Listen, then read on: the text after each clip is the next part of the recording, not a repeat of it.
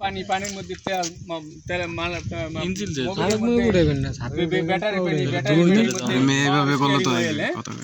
আবার power steering এর মধ্যে ব্রেক অয়েল এগুলো দিয়ে দেবো যদি এগুলো না জানি।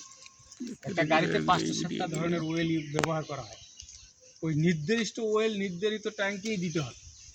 এখন যদি ব্রেক ফ্লুইড আপনি দিয়ে দেন ব্যাটারিতে, হবে? ব্যাটারির ডিস্টিলেটর দিয়ে দেন মাস্টার সিলিন্ডারে, হবে? হবে না। Break fluid automatic transmission fluid যদি দিয়ে দেন আপনি মাস্টার সিলিন্ডারে, হবে? হবে না।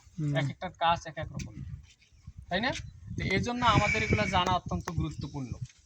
সকালবেলা ঘুম থেকে যখন আমরা গ্যারেজ থেকে গাড়ি বের করব তখন অবশ্যই প্রথমে আমরা দেখি একটা এই পাশে একটা যা দেখা যায় এটা হচ্ছে ক্লাস সিলিন্ডার। উপরে যে প্লাস্টিকের কৌটাটা আছে ক্লাস সিলিন্ডার জের, এই ছোটটা, এই হাত দাও।